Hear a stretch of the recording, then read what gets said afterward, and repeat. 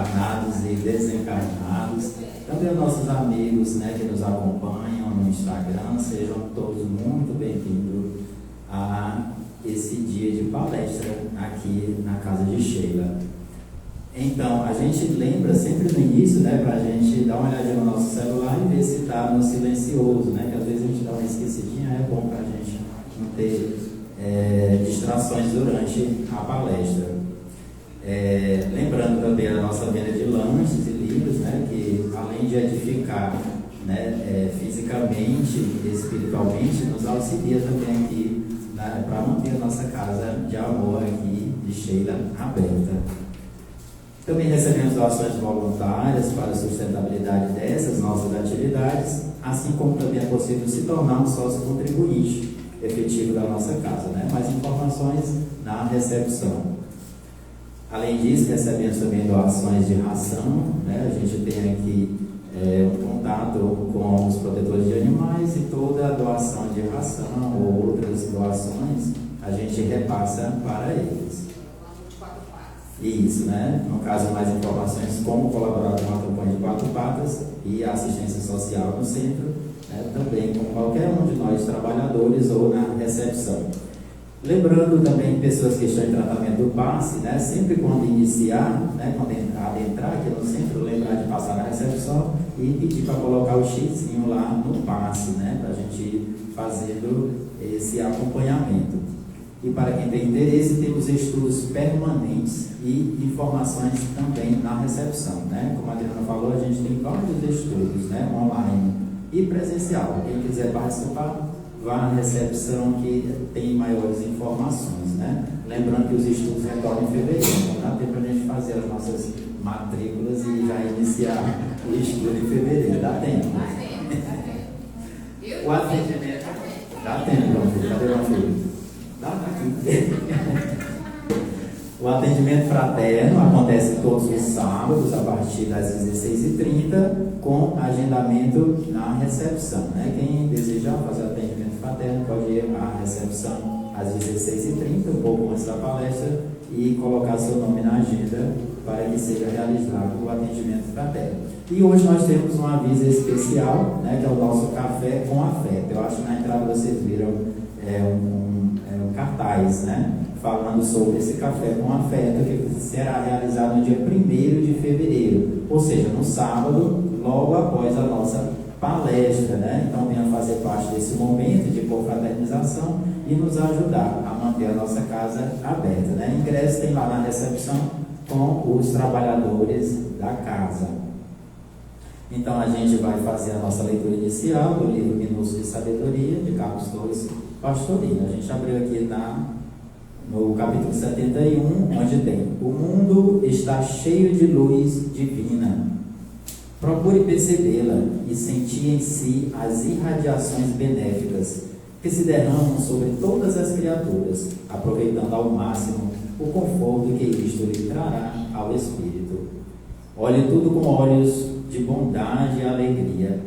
Busque descobrir a luz que brilha dentro de você e dentro de todas as criaturas, embora muitas vezes esteja ela recoberta por grossa camada de defeitos.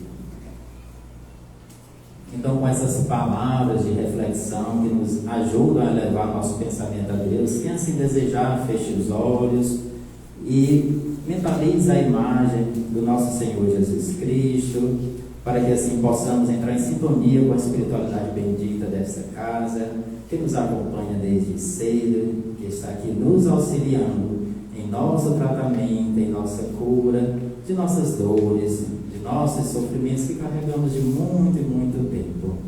E que possamos pedir ao Cristo que nos ajude a entender as palavras que serão proferidas aqui por nossa irmã Adriana, que toque os nossos corações e que assim possamos levar para o nosso dia a dia, não ficar apenas conosco, mas que a gente repasse através de ações, através de gestos, e se precisar possamos usar as palavras.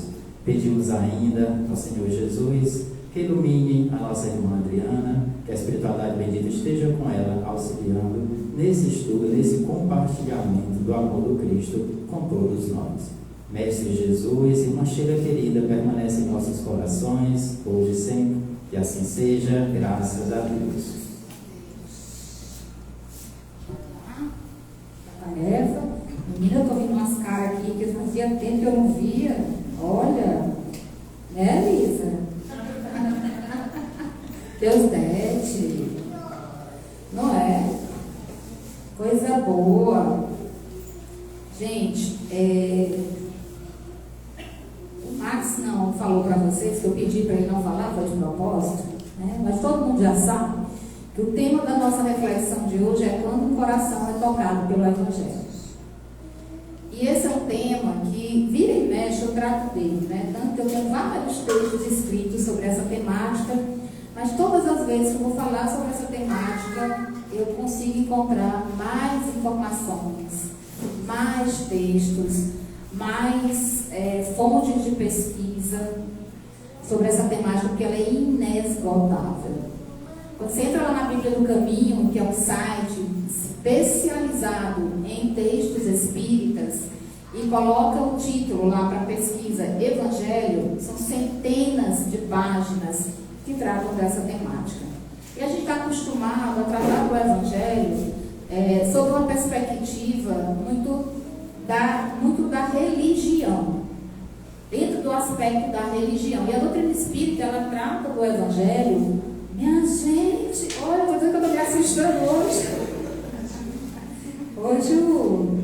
Tudo bom? Então, a doutrina espírita trata essa temática dentro da perspectiva da religiosidade, da espiritualidade, mas também trata sobre a perspectiva da ciência e da filosofia. Então, é muito amplo, né, o leque de possibilidades de estudo para o Evangelho. E aí, para a gente começar essa nossa reflexão, eu trouxe um trecho de um livro do Emmanuel, intitulado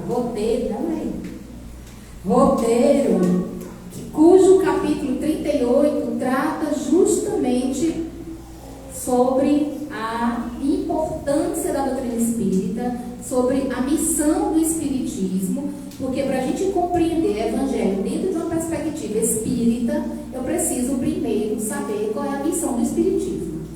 Porque nós confundimos muito espiritismo com as religiões de matrizes africana, que merecem todo o nosso respeito, porque com manifestações da religiosidade, nós não temos o direito de discriminar e nem de excluir ninguém. Quem inventou essa história de que bodes vão para um lado e ovelhas vão para outro, essa história foi criada por nós, humanos, de que se separarão uns e outros para o céu, outros para o inferno. Essa história foi criada por nós, né? Porque na realidade Jesus afirma categoricamente que haverá um só pastor e um só rebanho. Isso é o que ele nos ensina. Então a doutrina espírita, ela tem uma missão, assim como o ministério do cristianismo, porque existe uma diferença muito grande, que é outro ponto que a gente precisa lembrar, entre cristianismo, que é os seguidores de Cristo, e catolicismo, que é uma religião oficial, criada, constituída por homens. Então a gente precisa ir separando essas coisas, até porque a gente aprende com a doutrina espírita, através da razão e do bom senso, estudando a filosofia espírita, que eu preciso meditar, refletir e sentir os ensinamentos do Evangelho para poder viver. Senão não faz sentido. Porque eu só repito os versículos, só repito as passagens, mas eu não medito, eu não reflito e eu não vivo isso não me adianta de nada. Os hipócritas e os fariseus também já faziam isso na época de Jesus. Então a gente tem aqui a missão do Espiritismo, que não é destruir as escolas de fé. Tanto que muitas pessoas me perguntavam: Adriana, eu frequento a igreja católica, sou missionária da igreja católica, tem algum problema por sendo espírita? Não, você vira espiritólogo, né? Você chega aqui e vira espiritólogo e está tudo bem, não tem problema nenhum. Por quê? Porque a doutrina espírita, ela não tem por missão destruir as escolas de fé. Por que Emmanuel chama escola de fé? Porque em toda religião nós aprendemos a nos conectar com Deus e a construir um patrimônio de fé. Isso nós aprendemos nas escolas religiosas, a professar uma fé. Então a doutrina espírita, o espiritismo, não veio destruir as escolas de fé. Assim como Jesus acolheu a revelação de Moisés, lembra que Jesus afirmou que está registrado isso lá em Mateus capítulo 5, versículo 17. Ele diz assim: eu não vim destruir a lei. Depois vocês confiram, está lá em Mateus. Eu não vim destruir a lei. E ele está falando de que lei? Da lei de Moisés. Ele está falando da lei de Moisés. Ele não veio destruir a lei. Se ele não veio destruir a lei, ele veio dar cumprimento. Ele veio nos ajudar a cumprir aquela lei, a lei magna, não a lei humana, mas a lei de Deus, aqueles 10 mandamentos que são as leis divinas. Jesus veio nos ajudar a cumprir aquela lei. E aqui a gente lembra que a doutrina espírita, ela traz para nós princípios superiores de todos os sistemas religiosos. Se você pegar o Evangelho segundo o Espiritismo e o Livro dos Espíritos e for estudar seriamente, você vai perceber que ali nós temos os princípios sagrados de todas as religiões. De todas elas. Estão presentes nessas obras fundamentais. Então aqui a gente tem o Espiritismo, a doutrina espírita, para que não reste dúvida e para que a gente não saia por aí às vezes falando o que a gente não sabe. Emmanuel diz que o Espiritismo é, acima de tudo, o processo libertador das consciências. Por quê? Porque a doutrina espírita me explica de onde eu vim, para onde eu vou, o que é que eu estou fazendo aqui. E isso fica tão claro para nós quando nós compreendemos que nós somos seres imortais, herdamos a imortalidade de Deus, porque Deus é eterno, mas nós somos imortais. E quando nós compreendemos, como ele disse para Nicodemos, que para que a gente possa alcançar o reino dos céus, ou o reino de Deus, necessário é nascer de novo. E aí vem o princípio da reencarnação. E ninguém é obrigado a acreditar. Ninguém é obrigado a acreditar em reencarnação. Então eu tenho uma notícia para dar para vocês. Todo mundo vai morrer. E se todo mundo vai morrer, a gente vai saber se reencarna ou não reencarna. Então não tem nenhum problema em convencer você em ser reencarnacionista, entendeu? Não tenho nenhum problema. Mas como tem uma coisa também chamada mediunidade, e eu lido com esse fenômeno desde os 3 anos de idade, eu sei que a vida não se encerra com a morte. Ponto. Então, entendido qual é a missão da doutrina espírita, o Emmanuel vem nos dizer que por nós ignorarmos a dimensão espiritual da vida, vivemos como criaturas que vendam os olhos para as realidades espirituais. A maioria de nós vive no mundo obcecado pelos apelos da matéria. Não tem nenhum problema. Inclusive, ele fala disso em uma outra obra. A gente querer uma vida melhor, querer uma situação financeira melhor, querer uma vida estável, uma casa melhor, um transporte melhor, uma vida melhor para a nossa família, para os nossos parentes, para os aderentes. Não tem problema. Não tem problema. Isso é mais do que natural na condição humana em que nós nos encontramos. Mas nós não podemos viver muito exclusivamente para isso. Por quê?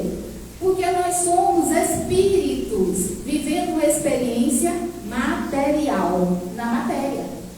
Isso aqui é uma experiência, é um aprendizado, é uma escola, né? Ou é um hospital, estamos em tratamento, ou é uma prisão, estamos cumprindo uma pena, mas estamos aqui temporariamente. Chegará o momento que seremos convidados para voltar para casa, porque se vocês olharem o registro de nascimento de vocês, está lá a data e o horário que vocês chegaram, mas no verso tem o dia e a data que vocês vão voltar. A gente só não chega, vai estar lá, né?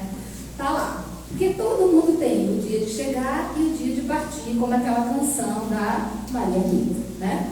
Todos nós temos a hora de chegar e a hora de partir.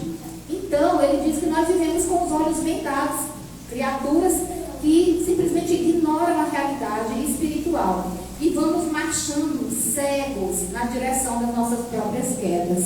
Por que a gente cai? Porque a gente se tornou muito cego para a dimensão espiritual. Gente, eu sempre digo isso aqui quando a gente está conversando, até de maneira informal. Você não precisa de maneira nenhuma viver com um texto na mão, viver com a Bíblia debaixo do braço, viver dentro da igreja, para você cuidar da sua dimensão espiritual. Você pode simplesmente ligar o Wi-Fi mais poderoso que existe no planeta Terra de conexão com Deus, que se chama prece. Vai sair de casa, Senhor, me protege a minha família que vai ficando. Eu de casa pela manhã e diz assim: Senhor, me protege, protege todo mundo com quem eu encontrar, especialmente no trânsito. Porque se eu pedir proteção só para mim, e vier uma criatura numa moto que saiu de casa sem pedir proteção e eu não pedi nem proteção para ele, bate no meu carro, a responsabilidade também é minha. Porque eu egoisticamente só pedi proteção para mim. Então a gente liga o Wi-Fi da prece, independente da sua religião, e você começa a manter uma relação espiritual com você mesmo e uma conexão direta com Deus. Por quê? O Emmanuel diz que a obstinação em disputar satisfações egoísticas entre os companheiros da carne constitui deplorável inibição. Os preconceitos ruinosos, os terríveis enganos do sentimento, os pontos de vista pessoais, as opiniões preconcebidas, as paixões desvairadas, os laços enfermiços, as nossas concepções cristalizadas, os propósitos menos dignos que trazemos para a nossa vida, a imaginação intoxicada e os hábitos perniciosos representam fardos enormes que nos constrangem a alma ao passo vacilante. A gente cai porque a gente esquece de cuidar da dimensão espiritual. Então, espiritismo, doutrina espírita, nos convida para o alargamento da nossa visão, para que nós possamos perceber a vida sob uma percepção mais ampla, lembrando que o propósito de estar aqui é evoluir. O nosso propósito é a evolução. A chave de luz para a compreensão desse propósito, a chave de luz para a compreensão dessa nossa jornada, diz o benfeitor Emmanuel, está toda contida nos ensinamentos de Jesus em seu Evangelho. E o Evangelho aqui não pode ser visto única e exclusivamente como um tratado de regras disciplinares, porque a gente conhece algumas religiões em que o Evangelho se tornou um manual de regra e de disciplina. Isso pode, isso não pode, isso é pecado, isso não é pecado, isso você vai fazer e vai para o inferno, isso se você fizer você vai para o céu. Então é uma cultura da norma e da regra. Mas o Evangelho não é um tratado de regra nascida do capricho humano, como diz o Emmanuel. Ele é a salvadora mensagem de fraternidade e alegria, de comunhão e entendimento, abrangendo as leis mais simples da vida. Jesus falou sobre pesca, Jesus falou sobre redes, Jesus falou sobre sementes, sobre semeadores. Jesus lidou com as questões mais simples do cotidiano. Não criou regras nem normas. Isso tudo foi criado por nós. Então, o seu Evangelho precisa ser, antes de tudo, antes de ser entendido, ele precisa ser sentido. E olha o que o Emmanuel diz: quando o Evangelho vive somente em nossa cabeça, sofremos os perigos de queda nas discussões infindáveis. Quantas pessoas discutem passagem do Evangelho? Ah, porque isso aqui está escrito desse jeito, mas na Bíblia não é assim. Isso aqui foi escrito dessa forma, mas não é dessa forma, essa tradução está errada. O correto. Começa um debate. E o debate geralmente são entre os egos. Quando se começa a discutir religião, não se está discutindo a essência da religião, se está discutindo o ego. Quem conhece mais o conteúdo bíblico. E o Emmanuel diz que o Evangelho é um perigo quando ele só vive na cabeça. Por quê? Porque ele vai contaminar todos os outros sentidos. Quando ele vive apenas na cabeça, iniciam-se ali as quedas das discussões, dos debates sem fim, porque, segundo ele, a intemperança mental e a vaidade sempre fazem a boa vizinhança. Vaidade e intemperança estão sempre andando de mãos dadas. E quando se começa a discutir religião, especialmente quando se começa a discutir o Evangelho de Jesus, o negócio vai longe. Certa vez eu estava em um debate interreligioso lá em Teresina, em uma casa espírita, e ouvindo de um colega de uma outra religião falar a respeito que Jesus afirmou que nós somos luzes, e a luz não dialoga com as trevas, e ele falava as trevas e olhava para mim. E a luz não dialoga com as trevas, e ele olhava para mim. estava no debate, ele só não falou comigo, mas ele falava olhando para mim. A luz não dialoga com as trevas. E ele olhava para mim, meu Deus, será que é porque eu estou vestida com a blusa preta? Né? E eu fiquei com aquele negócio na minha cabeça. Quando ele terminou de falar, que foi a minha vez de falar, eu olhei para ele assim, bem carinhosamente, eu disse assim, Jesus realmente afirmou que Deus é luz. Aí ele dizia que Deus é luz e a luz não dialoga com as trevas. Eu olhei para ele bem calmamente e disse, realmente Jesus falou certa vez que Deus é luz. Mas Deus é luz interior. E essa parte interior foi retirada da Bíblia. E foi retirada da Bíblia justamente para que as pessoas pudessem construir igrejas e manipular o pensamento e os sentimentos das pessoas. Porque se na Bíblia estivesse, no seu Evangelho, no Evangelho de Jesus, estivesse escrito como está no original, no grego, no hebraico, no aramaico, traduzido pelo senhor Haroldo Dutra Dias, doutor em grego, que traduziu do original para o português, que Deus é luz interior, não existiria nenhuma igreja. Nenhuma. Por quê? Porque eu ia buscar Deus onde? Dentro de mim, e não nos templos de pedra. E eu não precisaria pagar dízimo. E nem ter 30% do meu salário descontado no meu contra-cheque. E a discussão acabou. Por quê, gente? Porque se começa a discussão, o que vai levar o debate, a discussão da religião, vai levar sempre ao egocentrismo e à vaidade. Porque um querem ter razão. É sempre um querem ter razão, o outro é errado, o outro tem razão. Por isso que o Emmanuel diz que nós precisamos entender que o Evangelho não pode estar somente na cabeça. Ele não pode estar somente na cabeça. Porque quando ele se localiza exclusivamente na cabeça, olha o que ele faz com os olhos. Os olhos, os nossos olhos. É provável que desçamos da luminosa posição de companheiros para a condição de inquisidores e fiscais dos nossos melhores amigos. Quando o Evangelho está só na cabeça, ele alcança os olhos. E os olhos se tornam fiscais da vida alheia. Imagina, você está em uma determinada religião, independente dela qual seja, mas você só entendeu que o Evangelho só está na sua cabeça.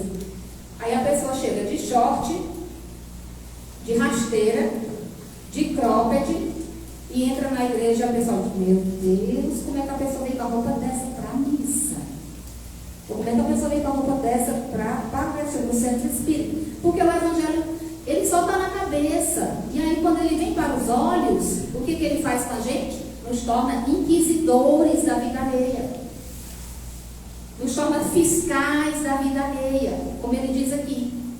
Quando o Evangelho só está na cabeça, que ele alcança os nossos ouvidos, o Emmanuel diz, nossos ouvidos se tornam suscetíveis de perder valiosas sementeiras de fraternidade. Por quê?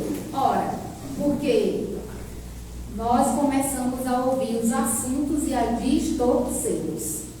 A gente ouve uma conversa, ouve uma história, e se for de alguém que a gente gosta, imediatamente a gente toma as dores da pessoa e começa o julgamento.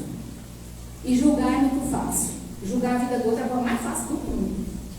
Né? Porque quando é a nossa própria vida, é mais complicado. Mas a vida do outro é muito fácil julgar. Então, se esse Evangelho só vive na minha cabeça, ele alcança os meus ouvidos, eu vou distorcer todos os assuntos. Por quê? Porque eu vou achar que bom só sou eu, correto só sou eu, certo só sou eu, os outros estão todos errados. E aí eu ouço o assunto e passo a corromper os assuntos. No entanto, diz o benfeitor Emmanuel, se esse Evangelho vive em nosso coração, ele nos renova a vida. Por quê? Porque ele é como uma luz radiante, brilhando dentro de nós. Ele chama o Evangelho dentro, sentido, no coração, de abençoada estrela de compreensão e misericórdia. E ele diz, os seus raios divinos apagam a malícia do nosso olhar, santificam a nossa audição e sublimam os nossos impulsos e intenções e motivos, elevam os nossos sentimentos subimos para os céus, nos projetando simultaneamente na terra e transformando os nossos braços em obras genuínas de amor, de fraternidade e de sabedoria. Vocês conhecem aquelas pessoas simples, que moram lá no interior do interior, analfabetas, que não conhecem nenhuma letra, mas que tem um coração desse tamanho, gigantesco, que você chega na casa dela, ela lhe oferece a melhor comida, capaz de colocar no braço. Ela trata todo mundo com a mesma gentileza que ela trata as pessoas de casa. E essas criaturas não têm o evangelho na cabeça, mas elas têm o evangelho no coração. E elas vivem essa mensagem. E às vezes nós, intelectuais, pessoas letradas, que leem, que interpretam as escrituras, cheios de razão, que vão para o púlpito atacar, agredir aqueles que não concordam com os seus posicionamentos, vivemos com o evangelho na cabeça, mas nunca deixamos que a sua luz derramasse o óleo da boa vontade para o coração. E aí temos o evangelho memorizado em nossas cabeças e o coração endurecido de preconceitos, os ouvidos distorcendo os assuntos, os olhos nos tornando fiscais da vida alheia. Então, quando a gente começa a vivenciar esse evangelho, a viver esse evangelho, tudo se torna diferente em nossa vida. As pessoas vão notar a sua mudança. E algumas pessoas já vivem isso sem nunca ter lido uma página do evangelho. Porque assim como Paulo, que se tornou a carta viva do evangelho de Jesus, algumas criaturas que estão aqui há mais de 2025 anos, acompanhando a caminhada do Cristo, já vivem esse evangelho, sem precisar ler uma única linha daquele livro que nós conhecemos. Há uma passagem que está no livro Perante Jesus, se eu não estiver enganado, o título do livro é Perante Jesus, está lá no capítulo 19, que é um livro também do Emmanuel, uma passagenzinha em que um dos discípulos de Jesus pergunta para ele onde fixar, onde guardar a mensagem do Evangelho. E o Cristo responde para ele: do coração. Porque se você guarda a mensagem do Evangelho do coração, e na época ele estava se referindo aos livros sagrados, onde guardar as mensagens do livro sagrado? O livro sagrado para o povo à época de Jesus era qual? O Antigo Testamento. Era a Torá. E quem segue o Antigo Testamento não é nem cristão, é judeu.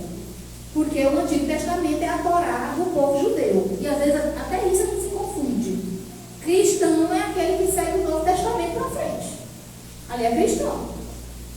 Velho Testamento para trás, Torá. Judeu.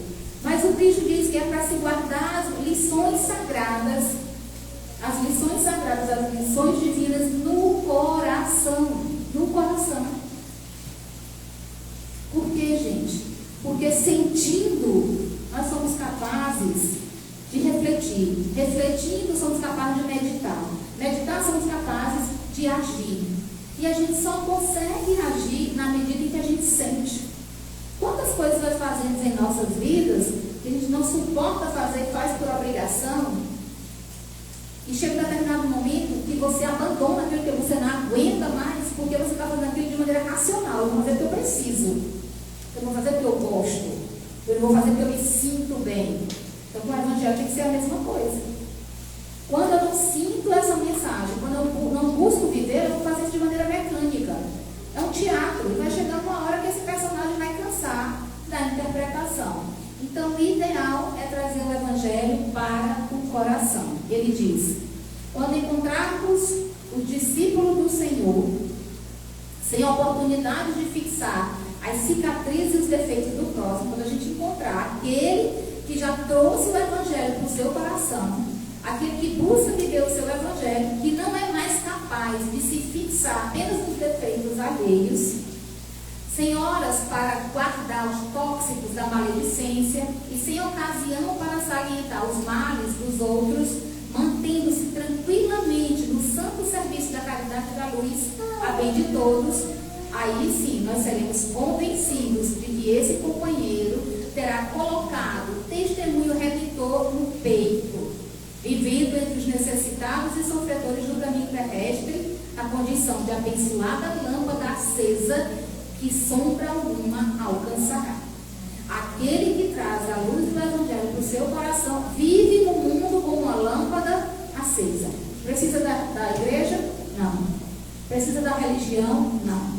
Precisa da religiosidade, da sua conexão com Deus para se tornar essa lâmpada. Essa criatura aceitou a luz do Evangelho na consciência e no coração. Tomou um banho, Juliano. Aqui tua mãe, ó. Aqui. Pronto. Essa criatura aceitou a luz do Evangelho em seu coração. E de imediato, se você aceitou, Adriana, explica melhor o que é aceitar a luz do Evangelho no coração. É procurar todo dia fazer o melhor que você pode. Porque a gente entende que amar a Deus sobre todas as coisas e ao próximo como a nós mesmos é uma tarefa difícil, né? Principalmente porque temos próximos, né, que dificulta a tarefa. Mas ele diz, é preciso primeiro amar a si, para depois amar o próximo. E amando o próximo, nós amaremos Deus. É o caminho natural. Porque ninguém chega ao Pai senão pelo Cristo. O que é o Cristo? É o outro. Ele é o outro. E o nosso outro está ao nosso redor todo dia. É aquele funcionário difícil. É aquele colega difícil. É aquele companheiro, aquela companheira difícil. É aquele parente difícil. É aquela colega de centro espírita que fala que ela escuta que é difícil, né? Todos nós temos o nosso outro na nossa vida. Então, ama a si mesmo. Ama o outro que você automaticamente vai amar a Deus. Essa é a lição. Se nós já conseguimos viver o bem, buscar fazer o bem, porque esse é o amor ensinado por Jesus, é a execução do bem aqui. Essa é a nossa tarefa, é a execução do bem. Se nós já fazemos isso, se já aceitamos a luz desse Evangelho dentro de nós, o Emmanuel nos diz que a partir do momento que a gente decide por sentir, por viver esse Evangelho, nós somos promovidos imediatamente à condição de cooperadores do divino pomicultor. Quem é o divino pomicultor? O Cristo. No campo imenso da vida. Se você, meu amigo, é aquela pessoa que todo mundo procura, se você é aquela pessoa que todo mundo vai atrás na hora da dificuldade, na família da gente não tem aquele que é, né, pau para toda obra, que é aquele que resolve tudo, que todo mundo vê, ó, tudinho, só leva para ele. Toda hora tem uma obra, exatamente, parece que é bem engenheiro, né? Bem foi engenharia. Aquela pessoa que todo mundo leva os conflitos, todo mundo leva os B.O., todo mundo vai buscar para ser ajudado. Esse aí, se faz todo esse trabalho de boa vontade, sem se queixar, sem se reclamar, se faz isso atendendo às necessidades de execução do bem aqui na terra, esse aí já foi promovido à condição de cooperador divino de Jesus. Aí vocês façam bem os cálculos, não vale aquelas coisas que a gente vem reclamando, se maldizendo, se queixando, não vale. Aquelas coisas, aquelas situações que chegam na nossa vida e a gente não reclama, a gente não se queixa. Aí nós aprendemos, né, a acender a luz do Evangelho dentro do nosso coração. E olha só que interessante. O Emmanuel pergunta, em outro texto, faz perguntas que eu acho que nós gostaríamos de fazer. Eu mesmo adoraria ter feito essas perguntas para ele, para a espiritualidade amiga. Por que a gente deve guardar o Evangelho na cabeça? Devemos? Aí ele diz, sim, a gente tem que guardar na cabeça, mas não pode salvar na cabeça. A gente deve guardar o Evangelho na cabeça porque nós precisamos orientar o pensamento para o bem. Como assim, Adriana? Você está com ódio de alguém, está com raiva, está magoado, está com aquele desejo de vingança ardente dentro de você. Aí você lembra da mensagem de Jesus para Pedro. Quantas vezes eu devo perdoar, Senhor? 7 vezes? Não, 70 vezes, 7 vezes. Ah, eu vou perdoar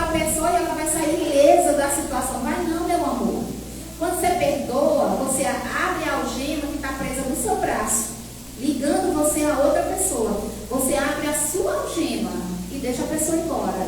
Você se liberta daquela mágoa, mas ela permanece algemada à responsabilidade dos seus atos. Lei de causa e efeito, lembra? Ela vai ter que responder em algum momento, mas você se liberta da mágoa, você se liberta da agonia do ódio. Então, o evangelho na cabeça para orientar o pensamento para o bem. Cabe-nos a obrigação de trazer o evangelho nos olhos? Sim, porque é indispensável que nós permaneçamos com a visão identificada com o ensinamento divino, que transparece de todos os lugares. Nós precisamos ter olhos de ver. E precisamos educar os nossos olhos à luz do Evangelho de Jesus. Por quê? Porque nós, muitas vezes, olhamos, mas só enxergamos o que nós queremos. Muitas vezes só enxergamos o que queremos. Nos compete conservar o Evangelho nos ouvidos? A gente precisa trazer o Evangelho nos ouvidos? Sim. Porque é imprescindível registrar a mensagem de bondade que o alto nos reserva em todos os lugares. Se você trabalha em um lugar muito ruim, às vezes a gente trabalha em alguns lugares que o ambiente é pesado, é denso, né? Que quando chega domingo de noite, que você está se preparando para dormir, você lembra que tem que trabalhar naquele lugar, você fica, ai meu Deus do céu, nem até que eu tenho que ir para aquele lugar amanhã.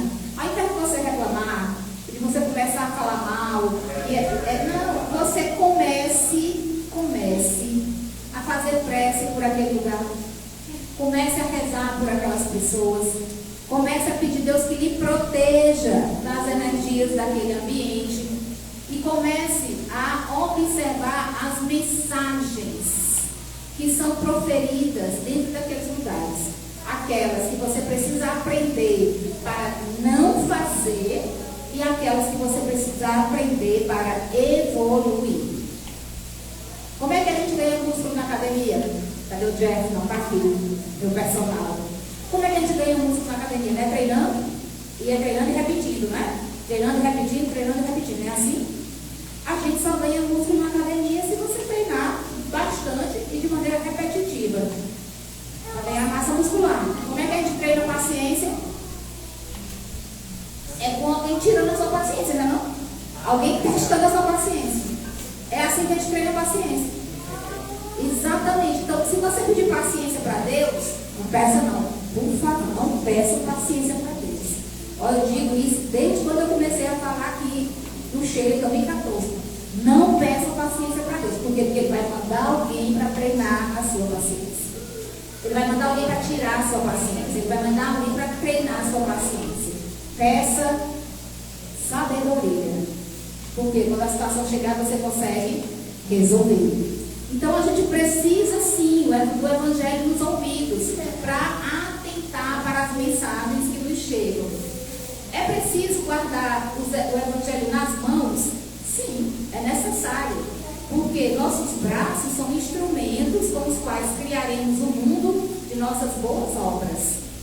Só conseguiremos construir um mundo de boas obras com nossas mãos e com os nossos braços.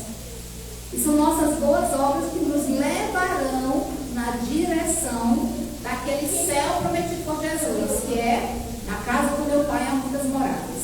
As moradas do Pai. Mas o Emmanuel diz que mesmo guardando o Evangelho na cabeça, nos ouvidos, nos olhos e nas mãos, é necessário situar acima de tudo o Evangelho no coração. Por quê? Porque o ensino de Jesus, aplicado em nós mesmos, quando ele vibra dentro da nossa própria alma, dentro do nosso próprio ser, ele inicia um processo de iluminação interior, de dentro para fora, fazendo resplandecer, através da nossa mente, do nosso olhar e da nossa audição, das nossas mãos e dos nossos pés, tudo de amor e de bondade que nós já somos capazes de realizar. Então, vou repetir. Se o Evangelho está guardado em meu coração, o meu olhar, a minha mente, a minha audição, as minhas mãos e os meus pés irão refletir toda a bondade que eu já sou capaz de realizar. E para que nós não sejamos aprendizes fragmentários do Evangelho de Jesus, aqueles que só sabem as coisas pela metade, pelos pedaços, o Emmanuel diz que é imprescindível trazer a boa nova em todos os nossos pensamentos e aspirações, potências e atividades, salientando, contudo, diz o benfeitor, o impositivo da missão de Jesus no íntimo dos nossos sentimentos, dentro do nosso coração, para que estejamos ligados primeiramente ao Senhor e não ao nosso eu. Gente, isso aqui é importante demais. Você guarda o Evangelho no seu coração para que você esteja ligado primeiramente ao Senhor e não ao eu, ao egoísmo, ao egocentrismo. Porque quando eu sou alguém que conheço muito da Bíblia, do Evangelho, e eu ainda me vanglorio disso, eu estou trabalhando para o meu egocentrismo, para o meu eu. Quando eu guardo o Evangelho no coração, eu simplesmente vivo procurando fazer o máximo de bem que eu posso e que eu consigo e que eu alcanço. Quando eu guardo o Evangelho no meu coração, eu estou ligada ao Senhor e não ao meu egocentrismo. De vez que, segundo aqui o Emmanuel, de vez que, segundo as velhas e sempre jovens palavras da Escritura Celeste, vocês lembram disso, né? Onde guardarmos o coração, aí se encontrará o tesouro da nossa vida. Por isso, guardar o Evangelho no coração. Porque o que está em nosso coração é ali que nós encontraremos também o tesouro da nossa vida. E aí ele diz, Evangelho no coração será, portanto, a plenitude do Cristo em nós. E ele dá um conselho, dizendo, abriga, pois, a mensagem do Evangelho dentro de ti. Não interessa se você é católico, protestante, umbandista, budista, espírita. Não interessa qual é a sua religião. O Cristo é conhecido universalmente. É o governador do planeta Terra. Todos nós conhecemos a sua mensagem, minimamente mais conhecemos. O Emmanuel aconselha lá em Vinha de Luz, abriga a mensagem do Evangelho dentro de ti, preservando a própria felicidade. Quem guarda o Evangelho no coração preserva a própria felicidade. E ele não está falando da felicidade das coisas passageiras e efêmeras, da felicidade da paz de espírito, da felicidade da paz na consciência, da felicidade da certeza na vida futura, dessa felicidade. Orna-te com o brilho que decorre da grandeza desse Evangelho e o céu. Comunicar-se-á com a terra através do teu coração. É lindo demais isso aqui, gente. Se você guarda o Evangelho dentro de ti, na intimidade do teu ser, os Espíritos amigos, o próprio Cristo te transformará em instrumento de comunicação aqui na Terra. Instrumento de comunicação da bondade, da divindade. Todos nós já conhecemos o Evangelho muitas vezes de cor salteado. Mateus, Marcos, Lucas. Conhecemos o Novo, o Antigo Testamento. Tem gente que sabe versículo, capítulo, versículo, passagem. Você está com um problema, ele diz, tem um salmo lá no livro de salmos que é ideal para essa sua dor que você está vivendo. Ela sabe o salmo de cor salteado, mas ela não vive o salmo. Na hora que o negócio aperreia, na hora que ela começa a sofrer, a primeira que esquece do salmo é ela. Fica doidinha, correndo atrás de ajudas em outras circunstâncias, em outras situações, porque esqueceu do remédio que ela deu para os outros. Se você oferece um remédio para alguém e não toma dele, não adianta de nada. Então, o conselho do Emmanuel é extremamente sábio. Guarda o Evangelho de Jesus no teu coração.